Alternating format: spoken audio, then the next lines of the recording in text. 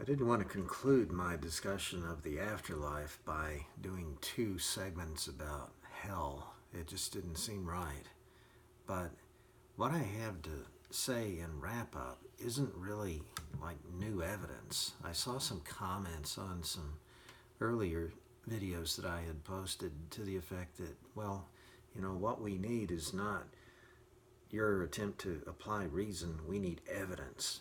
And I don't know how many different ways I can say this, but when you consider that we have these five senses and we use these senses to accumulate information about the world around us, and then we have this wonderful brain, but really our intelligence is only equipped to process evidence using certain intellectual categories that we have. All of this adds up to understanding this world very well, but we don't have any equipment to understand something that is not of this material world. So what evidence do you want? What evidence are we capable of gathering and processing except from the here and now? We're talking about something that is not tangibly, visibly here and now. So, of course, it's going to show up negative in this review of evidence that some people seem to want. Think of it as, you're fishing for something the size of a bacterium, and you're using a mackerel net to try to strain it out. That would be kind of stupid, wouldn't it? I mean, you can't find evidence of heaven and hell and God and the afterlife. What you can do is look at your human inclinations. The Stoics would talk about attraction and repulsion. I think, in terms I would prefer, I think of the beauty that we find in the world, which can be so powerful. I think of our admiration for goodness and nobility. These are things that we don't really know. I've talked about this in previous videos. We don't exactly know how they got there, but they're there. They're not programmed into us by our culture. They're certainly not put there by our biology. They don't seem to serve any particular advantageous purpose in terms of helping us survive in a Darwinian sense. In fact, probably, something like self-sacrifice that we so admire could shorten our lives in certain circumstances. So we're trying to find a way to draw it all together.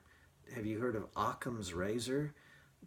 The simplest solution is the best solution. I can't prove this. I don't have evidence of it, but I feel that the thing that gathers together all the sides of me as a human being is this supernatural being who is all good, and we think of him as residing in this place that we call heaven. And those who attempt through incredible perversity to undo everything that he does are in the place of outer darkness, where they are dwelling forever in unbeing. So what can we say more as we turn back to heaven? In conclusion, what can we say about that? Well, beauty's not a bad place to start. It's a beautiful place. I think of things that I've talked about before that draw us away from our linear conception of time. There are things that arrest our attention from time to time as if they're happening outside of the window as we're traveling down the train from where we are to where we want to get. And these are the things that matter most. It might be a beautiful piece of music that you never forget, or seeing the Grand Canyon, or relationships that you've had with people who make you feel almost an unearthly love and safety. The time that I spent playing with my son when he was a little boy, the time when I was a little boy and I was with my grandmother. I never felt so safe and secure as when I was with her. I'll remember those times forever. They don't ever get old. Like a wonderful piece of music, like the sight of the Grand Canyon. They're always with me. They're always here. They're always now. And I'm going to say, again, in a kind of Occam's razor frame of mind, I think that heaven is always right here, right now. That's the simplest way to explain all this. I can turn my head away from those distracting things that don't have a specific purpose and aren't carrying me farther down my purposive line. I can put on the blinders and ignore them. But when I do that, I'm, I'm ignoring the presence of God, the presence of that eternal moment, that little bit of heaven, which is maybe trying to come through the net like a tiny fish. And if I only notice it, in this life, in this material world, I don't get a very strong impression of it for very long, because this is a pretty sad world most of the time. But if I'm sensitive to these little distracting, non-purposive, have no immediate use, where did that come from? But it's so beautiful. Why do I remember my childhood, certain moments of it? Why do we carry that with us forever? I want to say, that's the place, not just the time, but the place, which is heaven. It's that forever nowness, that certain wonderful, magical experiences that we've had enjoy in our, I want to call it memory. We don't really understand memory very well. And maybe, science is fond of sticking some kind of explanation on something, and since it has no further explanation, well, it's always adequate, because it must have a rational explanation, and so whatever science provides, that's it. That's what you have to be satisfied with. But we don't really know why we don't know why we are haunted by certain images, certain memories, if you will. I feel that is the presence of heaven. The space that heaven occupies is the space that we're in right now. And we just have the least little inkling of it from time to time. If I can borrow an analogy from Plato, you've all heard of the allegory of the cave, I suppose. Think of a big black garbage sack, only this doesn't suffocate you. You can breathe in it, but it's over you from head to foot all the time. You were born in it and you live your whole life in it. And through some kind of miracle, it's also kind of like a television screen, because it's always flashing images before you.